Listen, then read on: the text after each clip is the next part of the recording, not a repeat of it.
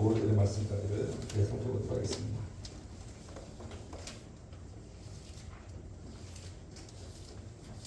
신약성경 142페이지입니다. 지금 앞에 있는 영상이 안 됩니다. 그러니까 여러분 오늘은 좀 성경 여러분들이 함께 더불어 찾으실 것 같습니다. 함께 1절부터 5절 말씀까지 말씀을 대하시도록 하겠습니다. 태초의 시작. 태초에 말씀이 계시니라. 이 말씀이 하나님과 함께 계셨으니 이 말씀은 곧 하나님이시니라. 그가 태초에 하나님과 함께 계셨고 만물이 그로 말미암아 지음바 되었으니 지은 것이 하나도 그가 없이는 된 것이 아니라 그 안에 생명이 있었으니 이 생명은 사람들의 빛이라. 빛이 어둠에 비치되 어둠이 깨닫지 못하더라. 아멘. 이 도암에 가게 되면 몇 년 전에 새로 생긴 그 인천시 장애인 복지센터라는 건물이 있습니다. 간판이 크게 이렇게 이제 건물에 붙어 있죠. 그날 이렇게 촬영을 하는데 아이 한 명이 그걸 딱 보더니 이렇게 이야기했어요. 분명히 인천시 장애인 복지센터라고 읽어야 되지 않겠습니까? 이렇게 아이가 읽더라고요.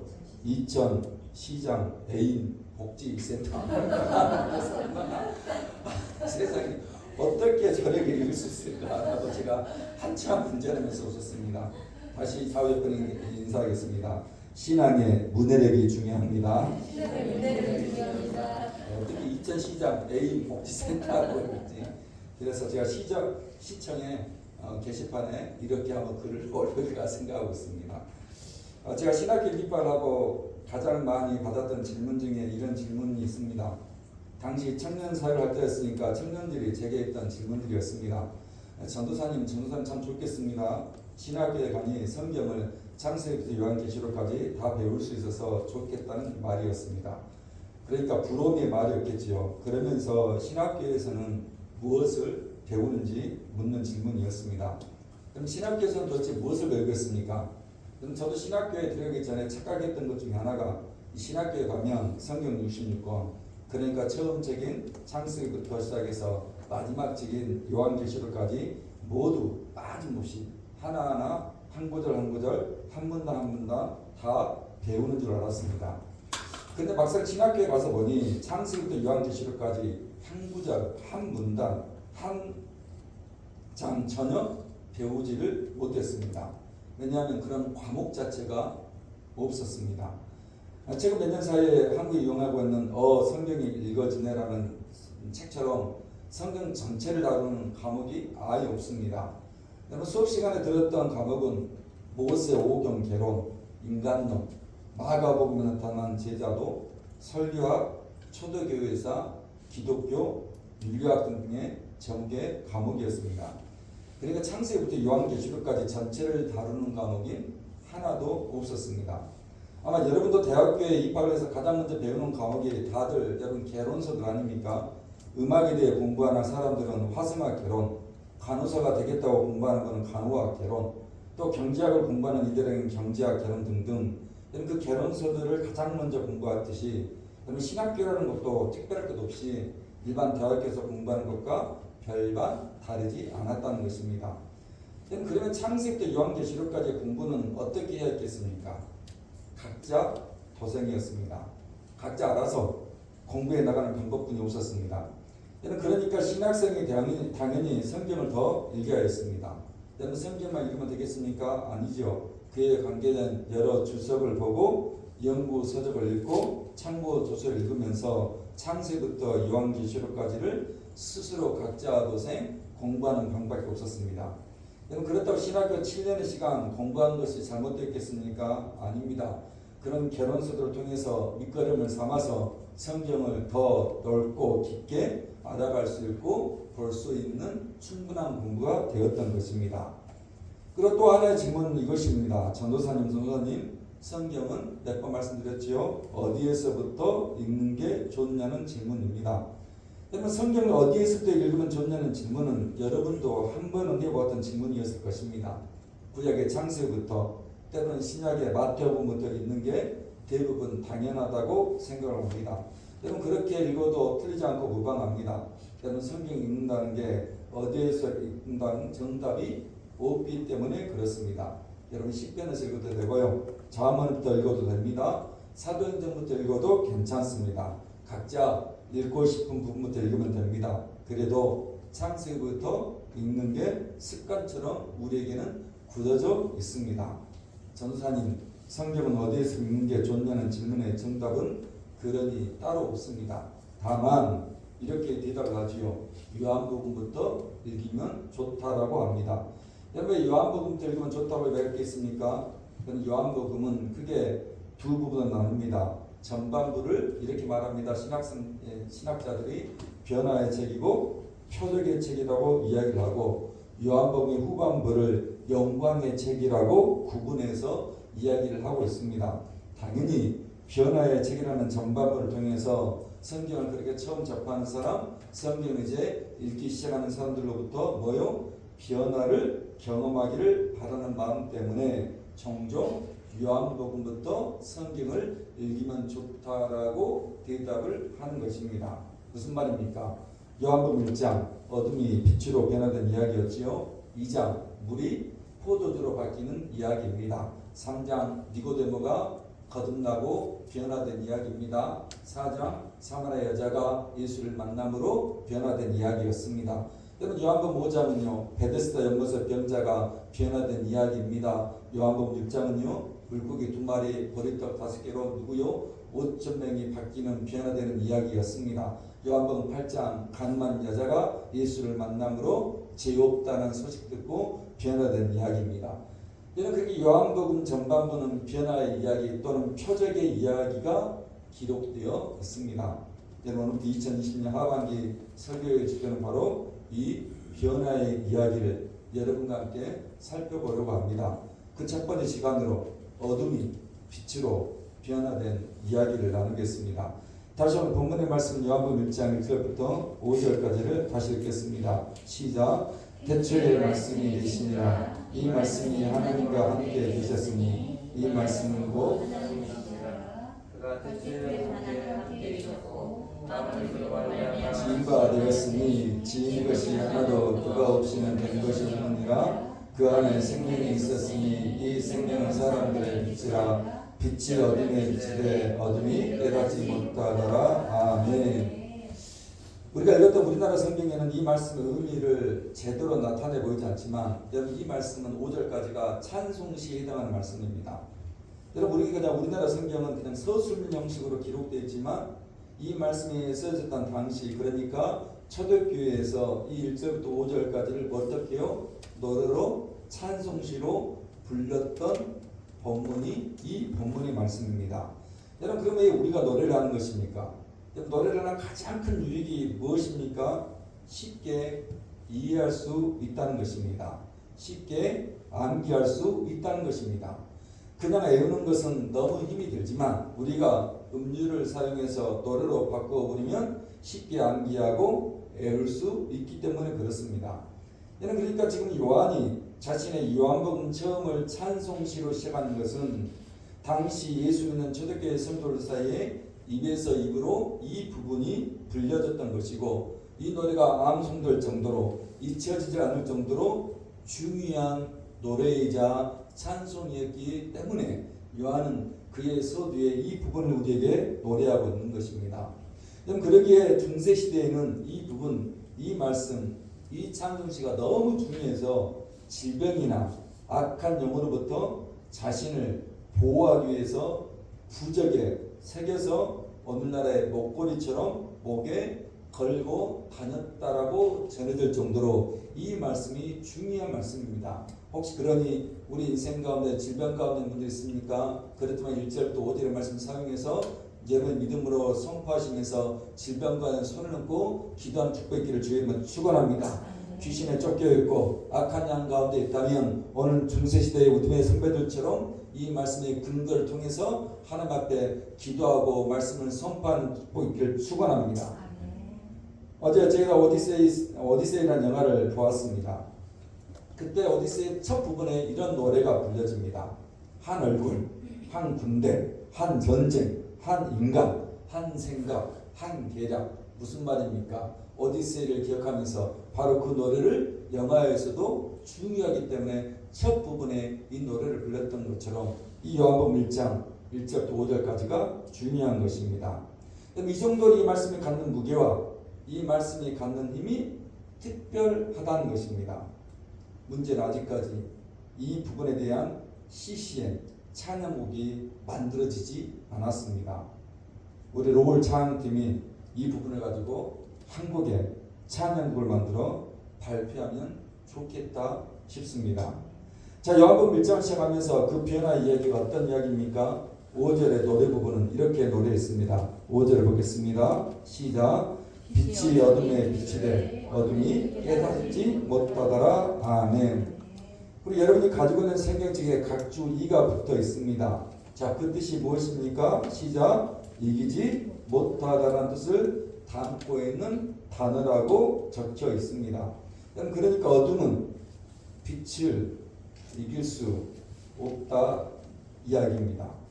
어둠이 결코 빛을 어찌해 볼 수가 없다라고 이야기를 해놓고 있습니다. 이 단어는 헬라어로 카탈람바노라는 단어입니다. 카탈람바노, 더불어 함께 해석되는 의미는 이런 뜻입니다.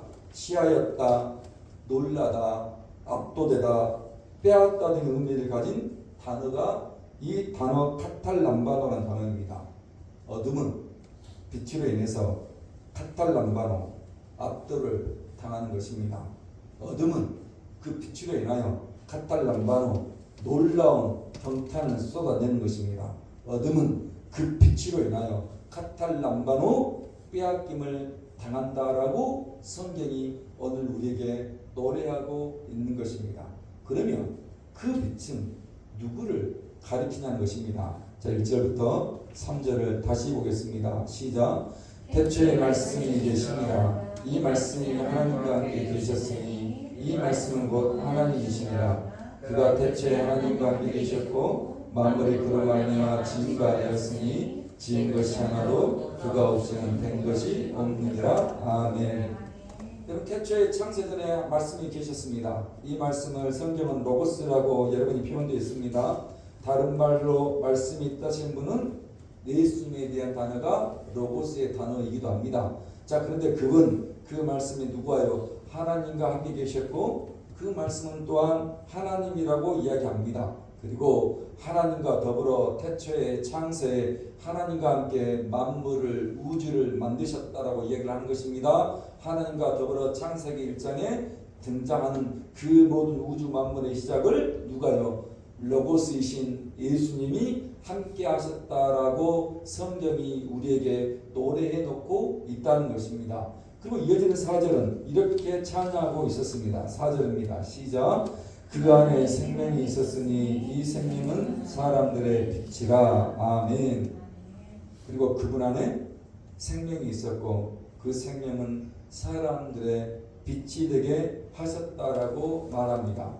우리가 보기에 그러면 빛은 사람인 저와 여러분을 가리키는 의미로 해석이 될 수 있는 단어 아닙니까?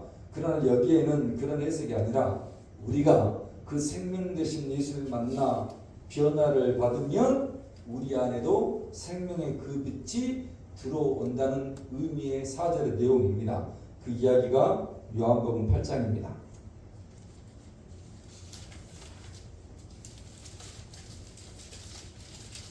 8장 12절 한 절의 말씀을 다 같이 보시도록 하겠습니다. 8절은 명확하게 이렇게 설명합니다. 다 같이 12절 시작. 예수께서 또 말씀하여 이르시되 나는 세상의 빛이니 나를 따르는 자는 어둠에 다니지 아니하고 생명의 빛을 얻으리라. 아멘. 성경이 말합니다. 누가 빛이라고요? 누가 생명의 빛이라고 하십니까? 예수님 당신을 가리켜서 내가 빛이라고 하시고 그 생명을 빛을 얻게 된다라고 이야기를 해놓고 있는 것입니다. 그러면 다시 요한복음 1장 5절의 노래를 다시 한번 보겠습니다. 5절 노래입니다. 시작. 빛이 어둠에 비치되 어둠이 깨닫지 못하더라. 아멘. 그리고 바로 그 빛 대신 예수님께서 그 어둠에 비추었지만 어둠을 뚫고 들어오셨지만 어둠은 카탈람바노 깨닫지 못하고 이기지 못하고 놀라워하고 압도되었다라고 이야기를 우리에게 해놓고 있습니다. 그러니까 전제가 무엇입니까?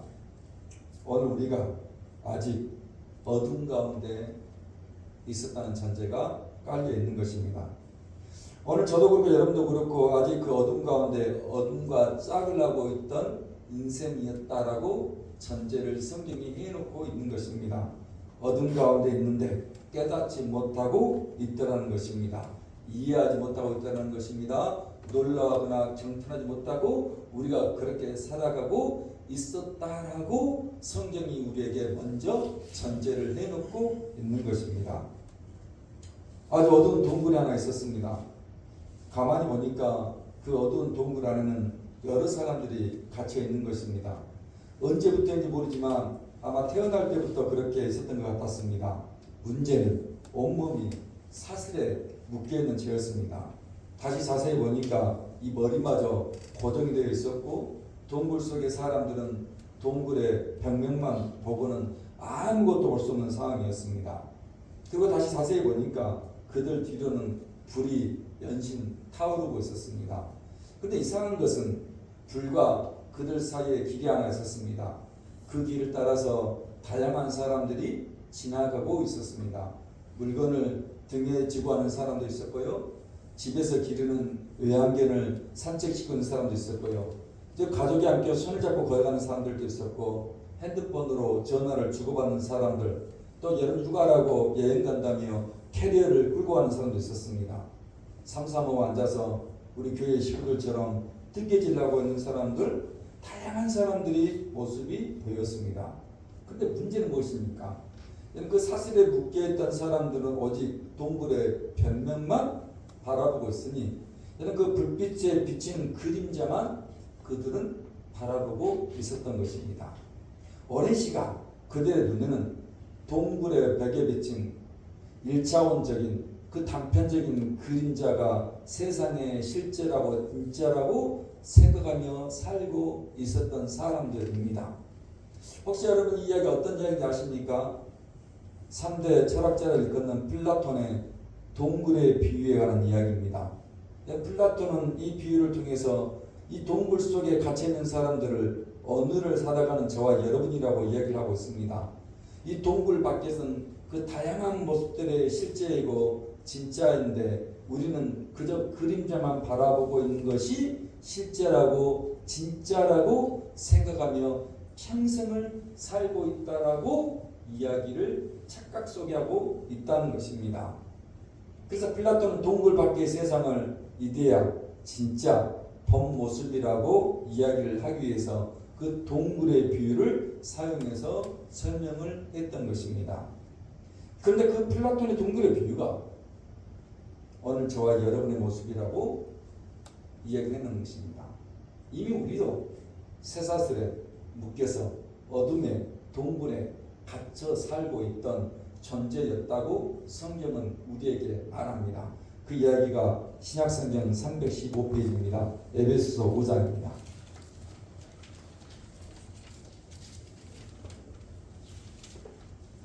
315페이지 에베소 5장입니다. 그리고 8절 한 절은 바로 우리의 모습을 이렇게 말하고 있습니다. 자, 8절의 말씀을 다 같이 읽겠습니다. 시작. 너희가 전에는 어둠이더니 이제는 주 안에서 빛이라 빛의 자녀처럼 행하라. 아멘. 여러분 성경이 말하는 거죠. 너희가 전에는 이전에는 어둠이었다는 것입니다. 너희가 전에는 어둠의 동굴 속에 살고 있었던 자라는 이야기입니다. 쇠사슬에 묶여서 어디 동굴의 벽면만 보고 살았다라고 성경이 이미 우리에게 이야기를 해놓고 있는 것입니다. 그 플라톤의 동굴의 비유 그 다음의 이야기는 이렇습니다. 어느 날 그렇게 동굴에 평생을 갇혀 살고 있던 한 사람이 쇠사슬에 풀려나서 동굴 밖 세상으로 나가게 됩니다. 잠시 찬란한 빛 때문에 눈을 뜰 수가 없었지만 시간이 지나서 서서히 눈을 뜨는 순간 여러분 동굴에서 보았던 전혀 다른 진짜인 세상을 만나고 경험하게 됩니다. 핸드폰을 보고 자동차를 보고 옹기종기 사람들 모여서 앉아서 뜨개질을 하고 있는 모습을 보고 여행을 가기 위해서 캐리어를 끌고 가는 다양한 모습들을 이 사람이 보게 됩니다. 그제서야 깨닫는 것입니다. 아, 이게 진짜였다고. 그동안 내가 어둠의 동굴 속에 보았던 모든 것들이 허상이었고 가짜였다라고 눈으로 보니 깨닫게 되었던 것입니다. 그리고 그가 다시 동굴 안으로 들어가서 사슬에 묶여있던 여전히 동굴의 벽을 보고 있는 사람들에게 이 사실을 이야기합니다. 결론 무엇이겠습니까? 아무도 그 사람의 말을 듣지 않습니다. 정신이 돌았다고 여전히 편견을 가지고 그 사람의 말에 귀를 기울이지 않고 여전히 벽에 비친 그림자만 바라보고 있더라는 것입니다. 무서운 얘기 아니겠습니까? 근데 오늘 저와 여러분이 예수를 만나기 전, 빛을 경험하기 전에 이런 모습이었습니다. 요한복음 3장입니다. 19절과 20절의 말씀을 함께 읽겠습니다. 19절 20절입니다. 시작. 그 정죄는 이것이니 곧 빛이 세상에 왔을 때 사람들이 자기 행위가 악함으로 빛보다 어둠을 더 사랑하는 것이니라. 악을 행하는 자마다 빛을 위하여 빛으로 오지 아니하나니 이는 그 행위가 드러날까 하니요. 아멘. 세상이 빛보다 어둠을 더 사랑하고 있다는 이야기입니다. 그 빛이 왔는데 그 빛을 미워하고 어둠에 살고 있다는 것이 더 좋다라고 세상 사람들이 이야기하는 것입니다. 왜 어둠을 더 사랑하고 하는 것입니까? 나의 모습이 우리의 더러운 죄악과 허물들이 그 빛 가운데 드러나는 것을 두려워하고 무서워하고 걸릴까봐 숨기기에 바쁘기 때문에 여전히 그들은 어두운 가운데 동굴 속 가운데 묻혀 있는 것입니다. 어둠에 살고 있던 인생이 카탈란바노, 그래서 깨닫지를 못했다고 말하는 것입니다. 동굴 속의 어둠이 카탈란바노 이기고 있었다라고 이야기를 해놓고 있는 것입니다. 오늘 우리의 삶이 어둠이 결단코 우리를 이기지 않기를 주님으로 축원합니다. 우리가 빛 가운데 있고 빛을 경험한 사람이라면 결단코 어둠이 우리를 어쩌지 못하도록 우리가 승리, 이김의 자리가 있기를 주님으로 축원합니다. 5년 전 태국으로 목회자 부부 수련을 다녀오지 않았겠습니까? 여러 여행지를 3박 5일 일정으로 다녀왔었습니다. 그저 이름도 너무 거창한 100만년 바위공원이라는 이름의 공원으로 관람하기 위하여 입장을 했었습니다. 다양한 동남아의 여러 꽃들과 식물들을 정원으로 꾸며 놓았습니다. 한국에서는 볼 수 없었던 그 다양한 식물들과 꽃들이 있었고 우리 사모님들은 335 꽃과 그 식물을 배경으로 사진을 찍으시기에 바빴습니다. 그렇게 한 코스가 끝나고 이제 악어떼가 서식하고 있다는 장소로 이동을 했습니다. 그렇게 이동을 하는 중간에 지금도 생각하면 너무 불쌍하고 너무 짠한 모습 하나가 눈에 들어왔습니다. 넓다란 철장이 하나 보였고요. 그 철장 안에는 하얀색의 호랑이, 그러니까 쉽게 볼 수 없는 백호 한 마리가 철장 안에 갇혀 있었습니다. 여러분, 우리나라 동물원에서도 맹수들이 갇혀 있기에 그렇게 생각을 했었습니다. 그런데 다시 보니 그 백호 옆에는 사람 한 사람이 앉아 있었습니다. 조련사라고 생각을 했습니다. 그런데 아니었습니다. 그 사람이 연신 관광객인 우리를 향해서 손짓을 하며 자기 손에 들고 있던 편말을 보여주는 것입니다. 그 편말에는 그 백호와 관광객이 함께 사진을 찍고 있던 편말입니다. 그러니까 얼마의 돈을 내면 백호와 사진을 찍을 수 있다는 호객행위를 관광객들 향해서 하고 있는 것입니다. 뒤에 여러분 잠깐 보실래요? 저 그림이 그 그림입니다. 앞에는 안 보이니까 이제 절 보시면 됩니다. 여러분, 근데 왜 불쌍하다고 너무 안 되었다라고 생각했겠습니까? 바로 그 백호의 목에 사슬이 묶인 채 눈에는 아무런 희망이나 기대 하나 보이지 않았습니다. 그저 절망스러운 표정으로 그 사육사가 막대기로 툭툭 건드리면 살짝 귀찮다는 듯 으르렁거릴 뿐 별다른 반응 없이 그저 그 한 자리에 우두커니 앉아 있었습니다.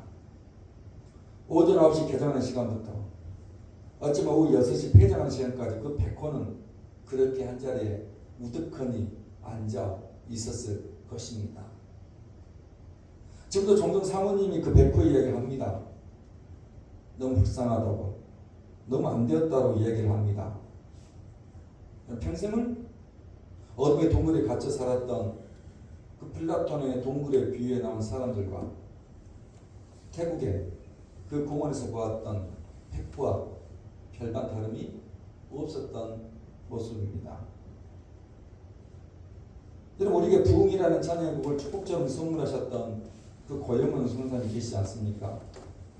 1996년에 부흥이라는 앨범이 나오고 한국 교회는 그 앨범 하나로 하나가 되었던 때였습니다.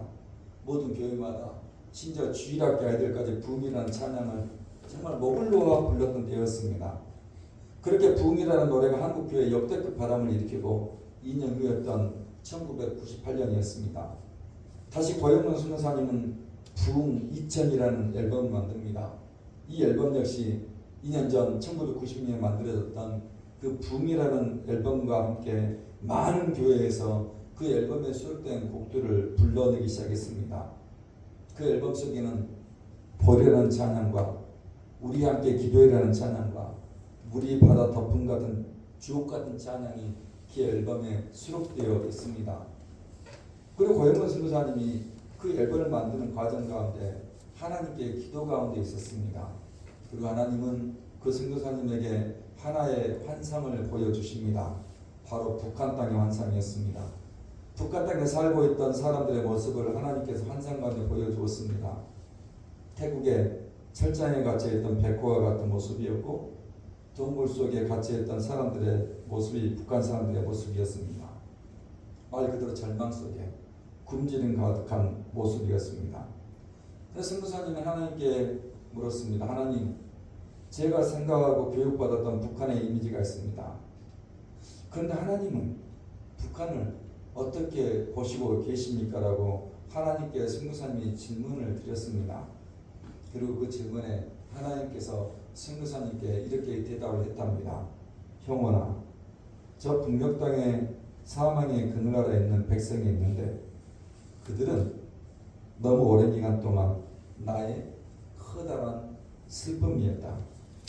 유약하고 일이 잘 안 풀리는 자녀로 인해서 근심하는 부모의 마음처럼 나만으로부터 점점 잊혀져가는 저들은 나의 오래된 슬픔이었다라는 말씀을 선교사님에게 하나님께서 들려주시더라는 것입니다. 그리고 그 하나님의 마음을 담아서 그 부흥 2000년 앨범에 오롯이 그 북한 땅을 생각하며 환상 가운데 보았고 주님께서 들려주던 그 말씀을 기억하며 노래 하나를 만들었지요. 오늘 여러분 주보에 실려 있는 노래입니다. 다 같이 가사를 읽겠습니다. 사망의 시작. 사망의 그늘에 앉아 죽어가는 나의 백성들, 절망과 굶주림 같은 저들은 내 마음에 오랜 슬픔, 고통에 멍에 매여 울고 있는 나의 자녀들, 나는 이제나 저들의 멍에를 걷고 눈물을 씻기기 원하는데 누가 내게 부르짖어 저들을 구원케 할까? 누가 나를 위해 가서 나의 사랑 전할까? 나는 이제 보기 원하네. 나의 자녀들 살아나는 그날, 기쁜 찬송소리 하늘에 웃음소리 온 땅 가득한 그날. 아멘.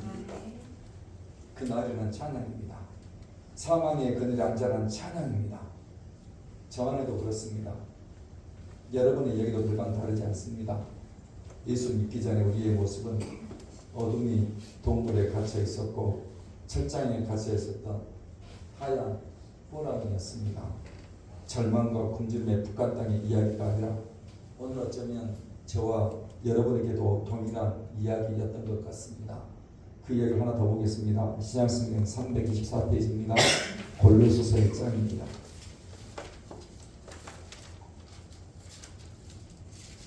골로새서 1장입니다. 324페이지 신약성경 13절 한 절의 말씀은 이런 말씀으로 우리에게 있습니다. 함께 읽겠습니다. 시작.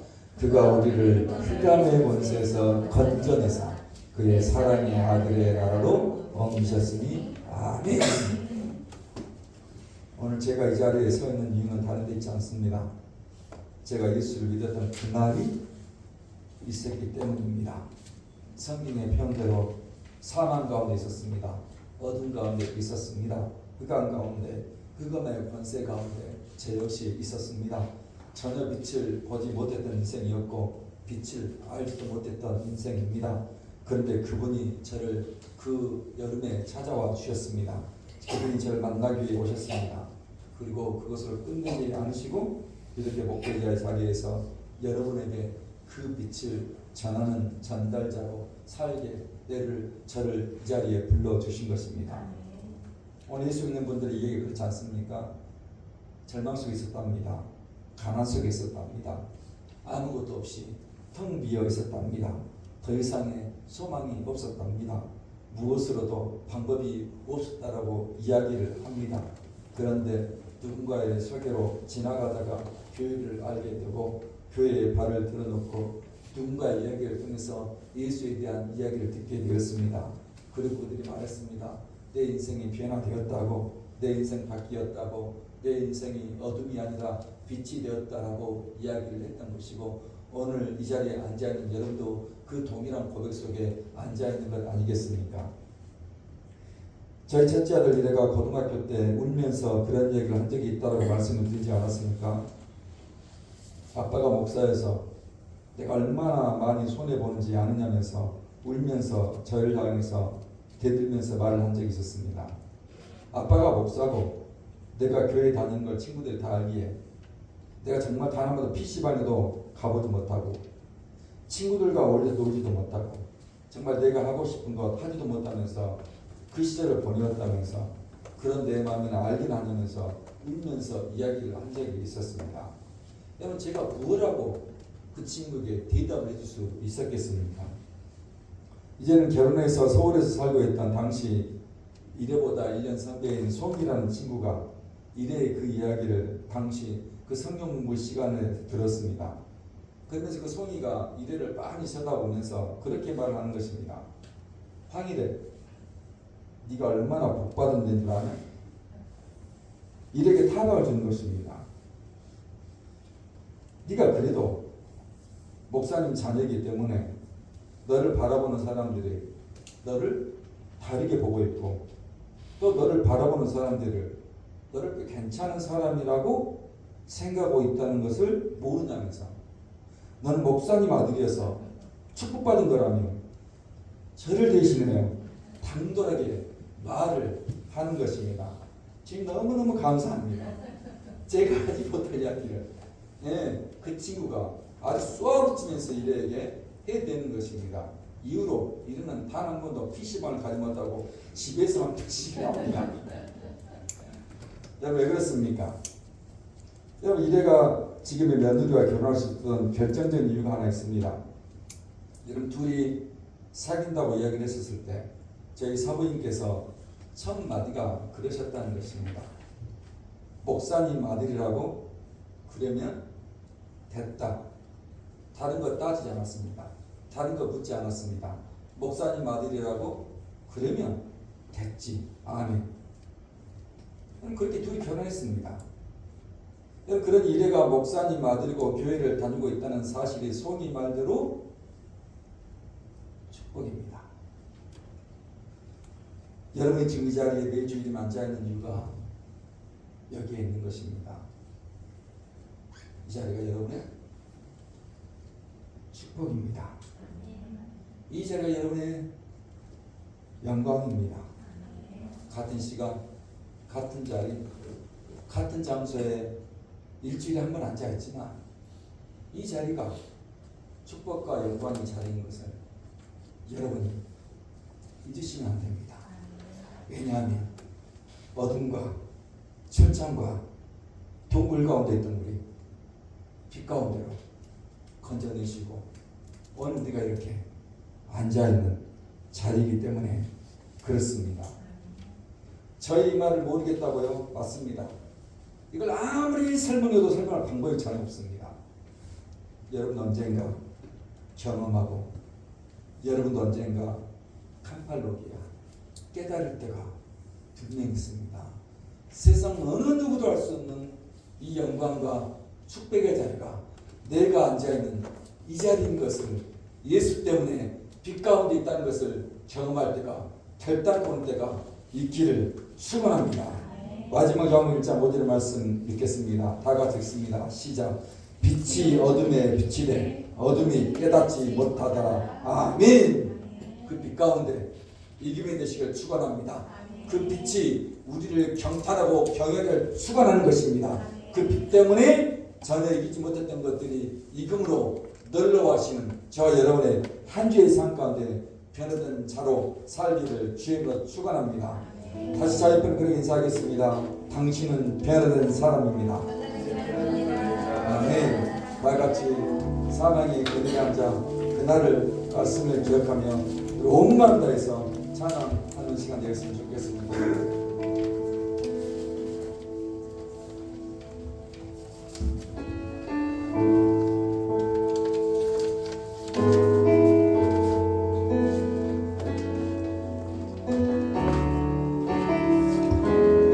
사망의 그늘에 앉아 죽어가는 나의 백성들을 사망의 그늘에 앉아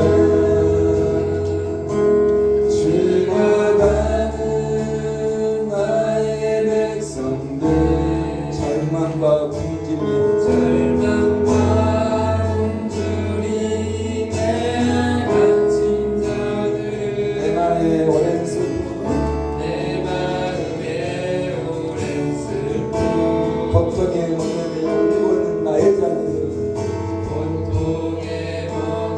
현상 가운데 동굴 가운데 있는 어둠과 흑암 가운데 있는 나의 자녀들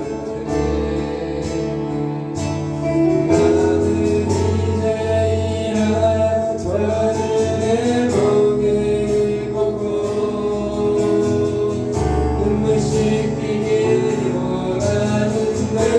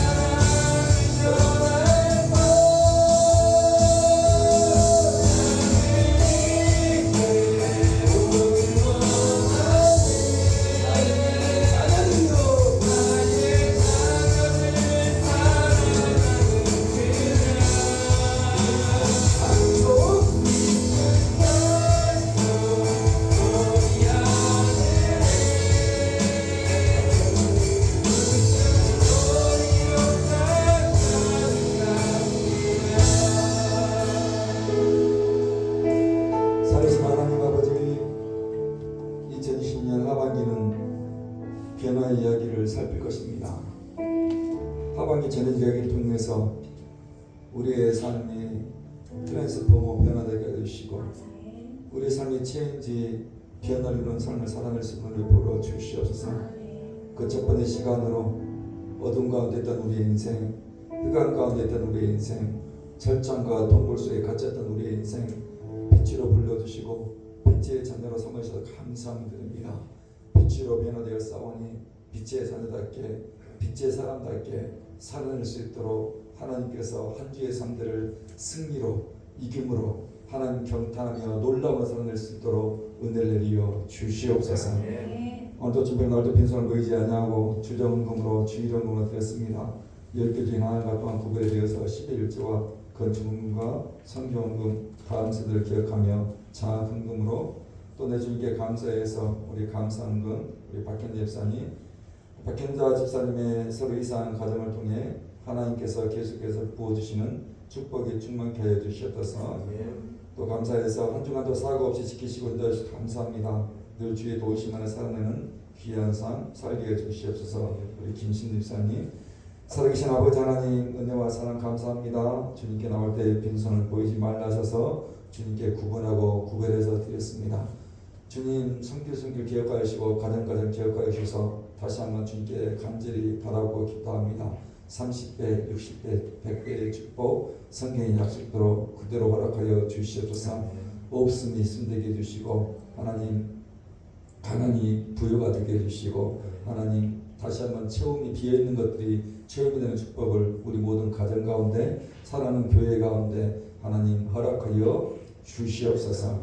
결단코 돈의 문제 때문에 눈물 짓지 않도록 또한 하나님께서 우리의 모든 가정을 간섭하여 주시옵소서. 지금도 우리의 빛이 되시는 성도 예수님의 은혜와 그 빛 되신 예수님 만물을 창조한 성부 하나님의 만크하신 사랑하심과 성도 예수와 성부 하나님 입으로 고백하게 하신 성령 하나님의 우리 가운데 내주하심과 역사 그리고 충만하심이 첫 번째 변화 이야기를 통해 어둠에서 빛으로 변화되어 이김과 놀라움과 압도됨의 축복을 깨달아 다시 우리 마음에 다짐하는 모든 믿음의 권속과 우리의 가정과 일터와 사회의 자리마다와 우리의 믿음의 다음 세대 자녀들 위해 신앙의 자는 조국 대한민국과 주님의 비로소 이 땅의 교회와 열방을 향한 변화의 복음을 전하는 성도산 위에 특별히 성동동하는 높은 것 끝자락 변화의 자리에 세워진 우리 나들목 교회에 새로 이사한 다시 한번 새로운 가정을 만들어 나가는 우리 박현자 집사님 가정 가운데 이제로부터 영원까지 항상 함께 있기를 간절히 축원하옵나이다. 아멘.